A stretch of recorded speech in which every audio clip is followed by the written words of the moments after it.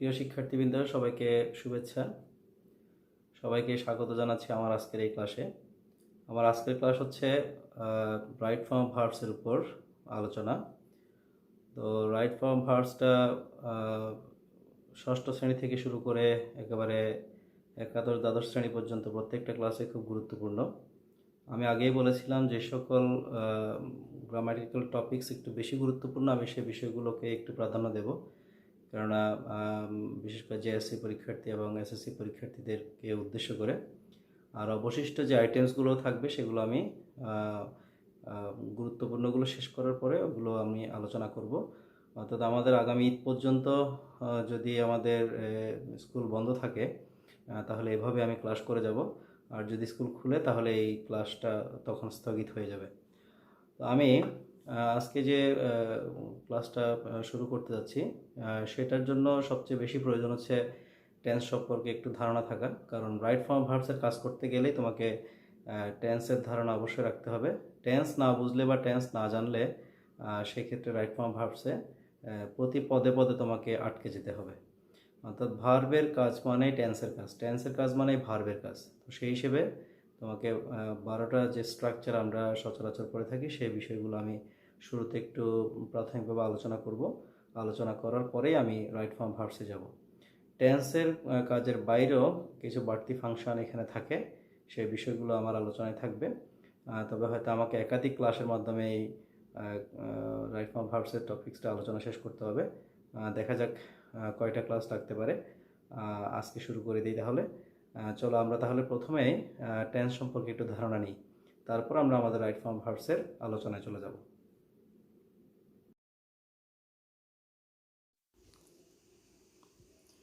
Tense tense মানে হচ্ছে কাল বা সময়।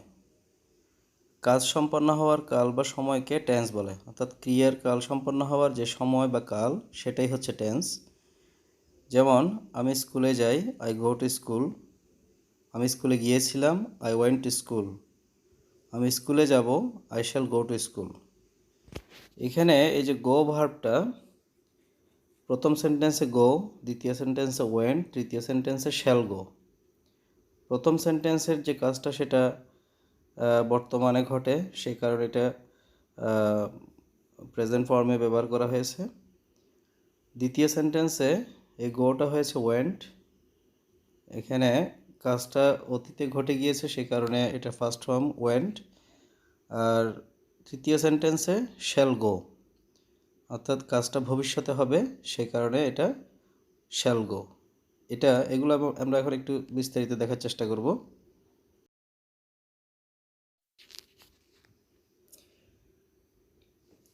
ক্লাসিফিকেশন অফ টেন্স, অর্থাৎ টেন্সের প্রকারভেদ। টেন্সকে প্রধানত 3 ভাগে ভাগ করা হয়। Number 1 present tense, number 2 first tense এবং নাম্বার 3 ফিউচার টেন্স।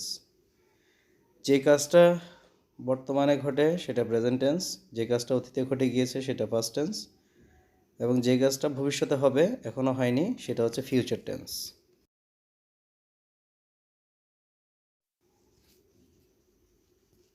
টেন্সের এই প্রতিটি ধাপকে আবার 4 ভাগে ভাগ করা যায়। Number 1 indefinite, number 2 continuous, number 3 perfect, number 4 perfect continuous. অর্থাৎ যেই কাজটা সাধারণ অবস্থায় ঘটে থাকে সেটা হচ্ছে ইনডেফিনিট, যে কাজটা চলমান কাজ সেটা হচ্ছে কন্টিনিউয়াস, এবং যে কাজটা সবেমাত্র শেষ হয়েছে এমন বোঝায় সেটা হচ্ছে পারফেক্ট, এবং যে কাজটা একটা নির্দিষ্ট বা অনির্দিষ্ট সময়ে শুরু হয়ে চলমান অবস্থায় থাকে সেই কাজটাকে বলা হয় পারফেক্ট কন্টিনিউয়াস টেন্স। তাহলে আমরা সর্বমোট 12টি গঠন পাবো টেন্সের, 12টি রূপ। এই 12টি রূপের গঠন প্রণালী এখন আমরা দেখব উদাহরণ সহকারে। তার মধ্যে প্রথমটি হচ্ছে প্রেজেন্ট ইনডেফিনিট।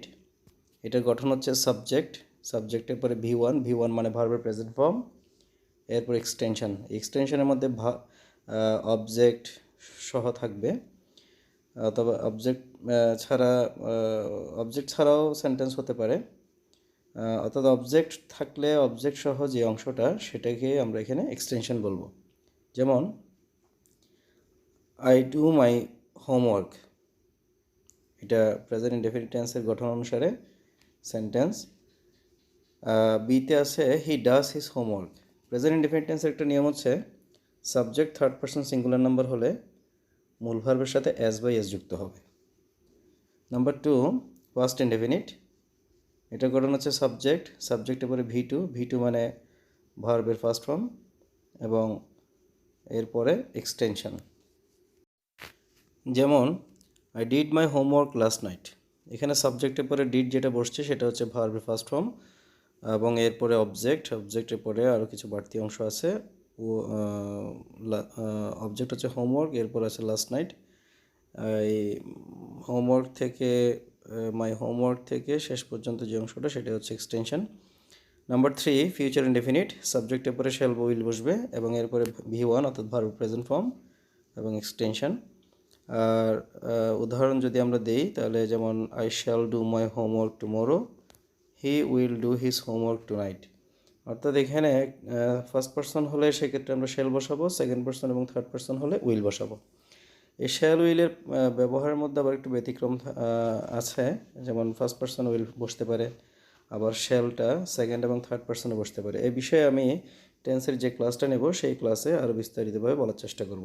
আপাতত আমরা ফার্স্ট পারসনের সাথে শ্যাল, সেকেন্ড এবং থার্ড পারসনের সাথে উইল এতটুকুই জেনে রাখি।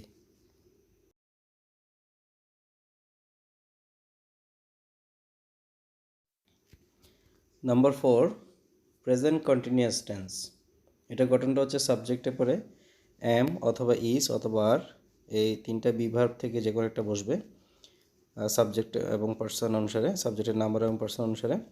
এরপরে মূল ভার্বটা আইএনজি ফর্মে হবে, এরপর এক্সটেনশন বসবে।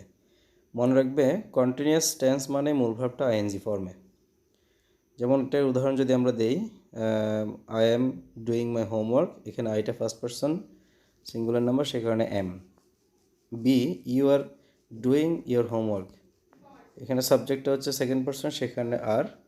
Number C he is doing his homework, এখানে সাবজেক্টটা থার্ড পারসন সিঙ্গুলার নাম্বার, সে কারণে is. Third person plural number এবং ফার্স্ট পারসন প্লুরাল নাম্বার এগুলোর পরেও আর বসে। নাম্বার 5 ফার্স্ট কন্টিনিউয়াস টেন্স, সাবজেক্টের পরে ওয়াজ বা ওয়ার, এরপরে মূল ভার্বের সাথে আইএনজি, মূল ভার্বের আইএনজি ফর্ম এবং এরপর এক্সটেনশন। উদাহরণ যদি দেই, I was doing my homework, B হচ্ছে you are doing your homework, এখানে ওয়াজটা বসবে ফার্স্ট পারসন সিঙ্গুলার এবং থার্ড পারসন সিঙ্গুলার সাবজেক্টের পর, আর first person plural, second person, third person plural এগুলোর পরে বসবে were. Number 6 future continuous tense, সাবজেক্টের পরে শ্যাল বি অথবা উইল বি, এরপরে ভার্বের আইএনজি ফর্ম এবং এক্সটেনশন। উদাহরণ যদি আমরা দেই তাহলে I shall be doing my homework, you will be doing your homework. এখানে ওই যে শ্যাল উইলের যে ব্যবহার সেটাই, অর্থাৎ ফার্স্ট পারসনে হলে সেক্ষেত্রে আমরা শ্যাল বসাবো, শ্যাল বি। সেকেন্ড পারসন এবং থার্ড পারসন হলে সেক্ষেত্রে আমরা উইল বি বসাবো।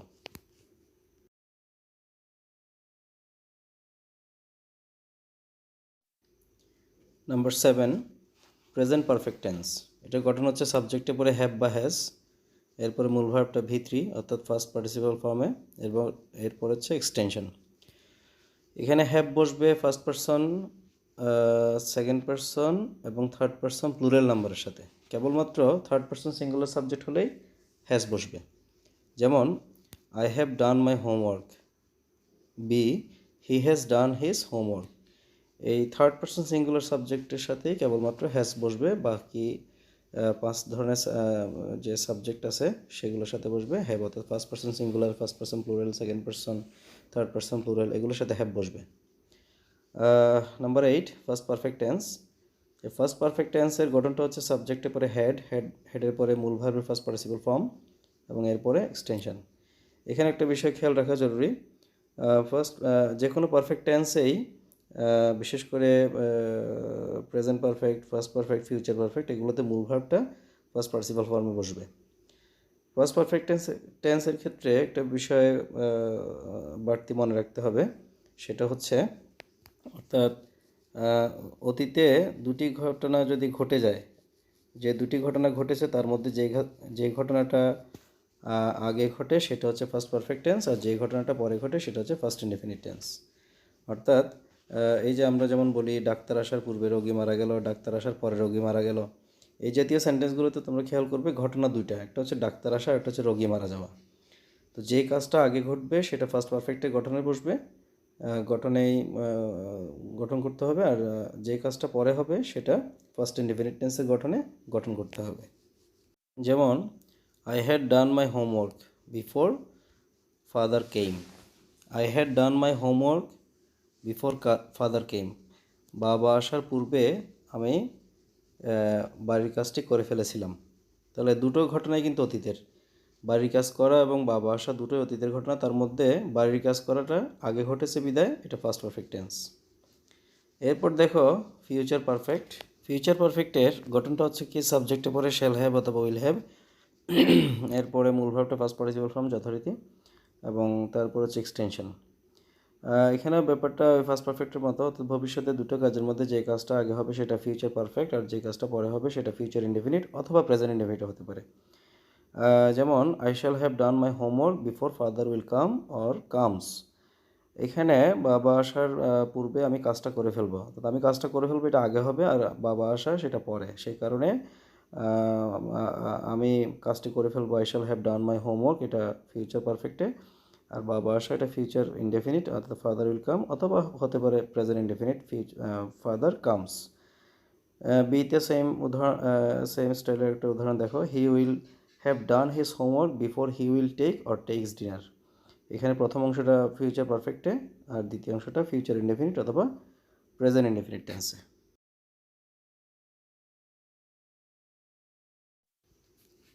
Number 10, present perfect continuous tense. Present perfect continuous টেন্সের গঠনটা হচ্ছে কি সাবজেক্টের পরে হ্যাভ বিন অথবা হ্যাজ বিন, এরপরে ভিআইএনজি এবং এরপর এক্সটেনশন। যেমন উদাহরণ যদি আমরা দিই দেখো, I have been doing my homework for an hour. He has been doing his homework since 8 PM। প্রথমত সাবজেক্টের পরে হ্যাভ বিন কখন, হ্যাজ বিন বসবে কেবলমাত্র থার্ড পারসন সিঙ্গুলার সাবজেক্টের সাথে, আর বাদ বাকি সাবজেক্টগুলোর সাথে বসবে হ্যাভ বিন। আর উদাহরণগুলোতে একটা জিনিস খেয়াল করো, প্রথম সেন্টেন্সটাতে ফর অ্যান আওয়ার, দ্বিতীয় সেন্টেন্সটাতে সিন্স 8 PM। এখানে একটা জায়গায় ফর ব্যবহার করছি আমি টাইমের আগে, একটা জায়গায় সিন্স ব্যবহার করছি টাইমের আগে। যখন ফর ব্যবহার হবে তখন বুঝতে হবে এটা আনুমানিক একটা সময় বা অনির্দিষ্ট সময়, আর যখন সিন্স বসবে তখন এটা নির্দিষ্ট সময়। তোমরা সেন্টেন্সে টাইমের পূর্বে ফর বা সিন্স দেখলে তখন চিন্তা করে নিতে পারো যে এটা পারফেক্ট কন্টিনিউয়াস টেন্স হবে। এই ক্ষেত্রে অর্থাৎ গঠনটা হবে সাবজেক্টের পরে হ্যাভ বিন অথবা হ্যাজ বিন, এরপরে মূল ভার্বের সাথে ING form. Number 11, first perfect continuous, সাবজেক্টের পরে হবে হ্যাড বিন এবং মূল ভার্বটা আইএনজি ফর্মে, এরপর এক্সটেনশন। যেমন I had been doing my homework before father came. এক্ষেত্রে সাবজেক্টে পরে হ্যাড বিন একটাই, এখানে বিকল্প কোনো অক্সিলারি ভার্ব নেই, এই হ্যাড বিনটাই সকল সাবজেক্টের সাথে বসবে। Number 12, future perfect continuous tense, এটার গঠনটা হচ্ছে সাবজেক্টে পরে শ্যাল হ্যাভ বিন অথবা উইল হ্যাভ বিন, এবং এরপরে মূল ভার্ব আইএনজি ফর্ম এবং এরপর এক্সটেনশন। যেমন I shall have doing my homework till father will come. Number B, you will have been doing your homework until I shall come back. Till আর until, পর্যন্ত বা যতক্ষণ না পর্যন্ত। এই হচ্ছে টেন্সের 12টা স্ট্রাকচার এবং তাদের উদাহরণ। প্রিয় শিক্ষার্থীরা, আমি টেন্সের কাজটা একটু দ্রুততার সাথে করলাম, অর্থাৎ এটা আমার করার উদ্দেশ্য হচ্ছে টেন্সের যে 12টা স্ট্রাকচার সেগুলো তোমাদের একটু স্মরণ করিয়ে দেওয়া, এবং এই স্ট্রাকচার অনুসারে কীভাবে সেন্টেন্স গঠন করতে হয় সেটাও একটু মনে করিয়ে দেওয়া। এই টেন্সের গঠনগুলো জানা ছাড়া ভার্বের সঠিক ব্যবহারটা কখনোই সম্ভব নয়। এই কারণে ভার্বের কাজ শুরু করার আগেই টেন্সটা একটু ভালো করে ঝালাই করে নিতে হবে। সো প্রিয় শিক্ষার্থীবৃন্দ, এই ছিল আমার টেন্স সম্পর্কিত আলোচনা।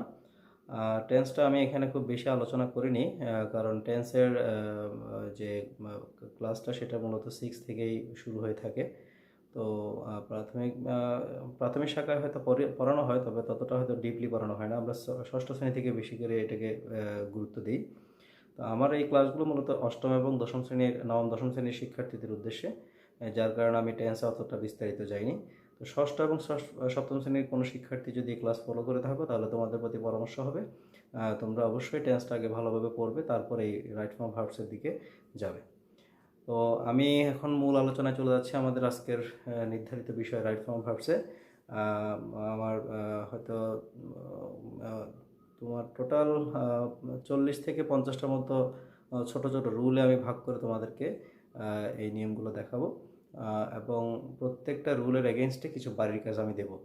তোমরা রুলসগুলো পড়ার পরে যদি বাড়ির কাজগুলো সঠিকভাবে করো, আশা করি আর কোনো সমস্যা থাকবে না। তাহলে শুরু করা যাক right form verbs. Let's start.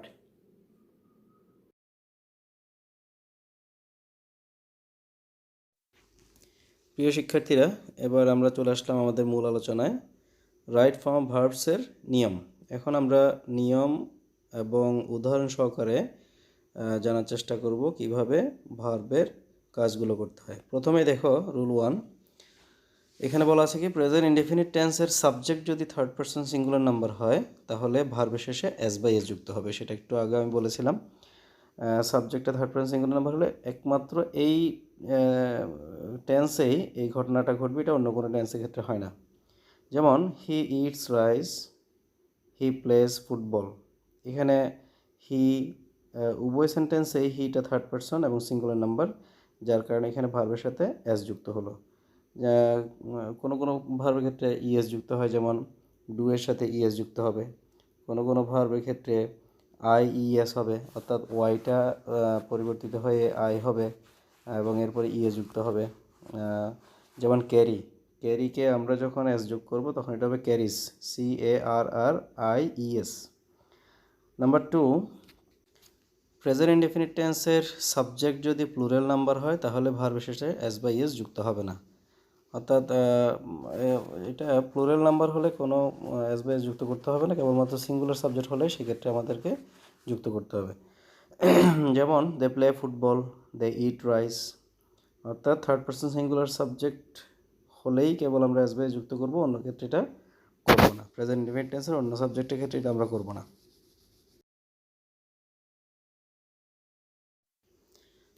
Rule 3, এই রুল 3তে বলা হচ্ছে কি প্রেজেন্ট ইনডেফিনিট টেন্সে subject third person singular number হলে এবং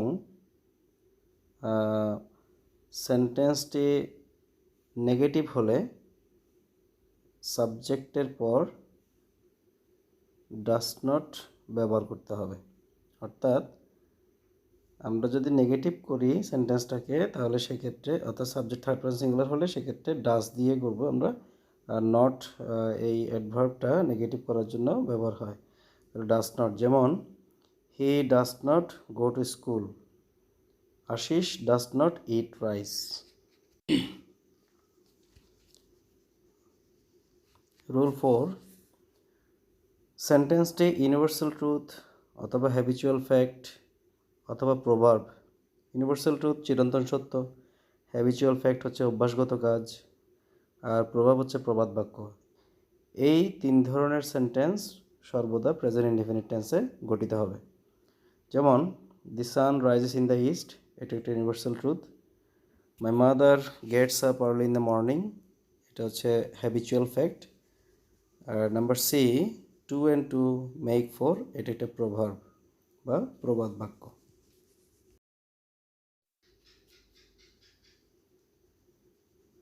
রুল 5, প্রেজেন্ট ইনডেফিনিট সেন্টেন্সটি ইন্টারোগেটিভ হলে গঠন হবে এরকম: শুরুতে ডু বা ডাস, এরপরে সাবজেক্ট বসবে, এরপরে ভার্বের প্রেজেন্ট ফর্ম এবং এরপর এক্সটেনশন। অর্থাৎ শুরুতেই ডু অথবা ডাস, এখানে ডাসটা বসবে সাবজেক্ট থার্ড পারসন সিঙ্গুলার হলে, আর অন্যথায় বসবে ডু। যেমন do you do your homework, B does he do his homework. এখানে দ্বিতীয় সেন্টেন্সটাতে সাবজেক্ট হচ্ছে হি, সেই কারণে শুরুতে ডাস বসছে।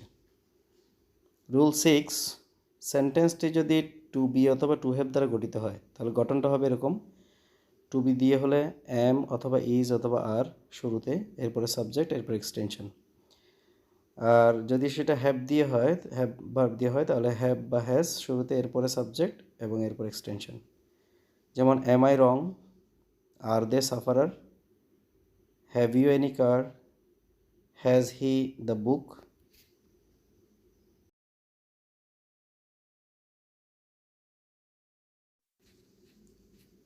প্রিয় শিক্ষার্থীরা, এই যে যে 6টা রুল আমি আলোচনা করলাম, সেগুলোর উপর ভিত্তি করে তোমাদেরকে এই বাড়ির কাজগুলো আমি দিচ্ছি আজকে। এই কাজগুলো তোমরা বাসায় বসে করবে এবং তোমরা রুলসগুলো পড়বে, পাশাপাশি বই থেকেও তোমরা স্টাডি করতে পারো। এরপর যদি কোনো সমস্যা থাকে তাহলে তোমরা সেটা আমাকে জানাবে, আমি পরের ক্লাসে সমাধান করার চেষ্টা করব। সেন্টেন্সগুলো হচ্ছে, অর্থাৎ ব্র্যাকেটের ভিতরে যে ভার্বগুলো দেওয়া আছে সেই ভার্বগুলো নিয়ে তোমাকে কাজ করতে হবে। প্রথমটা হচ্ছে I know Billy Bob, he understand it, see he not love swinging in the park. অর্থাৎ এইখানে নট দেওয়া মানে হচ্ছে সেন্টেন্সটাকে নেগেটিভ করতে হবে। D some people not believe in god. E. My sister usually wake up at 6 a.m. F. He play cricket but his brother play football. G. Earth to be bigger than Mercury. H.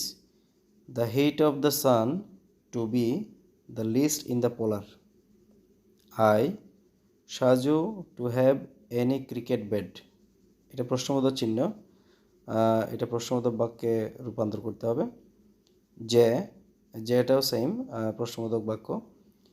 Rizvi know how to swim, অর্থাৎ এগুলোকে প্রশ্নবোধক বাক্যে রূপান্তর করে প্রশ্নবোধক বাক্য আকারেই পড়তে হবে।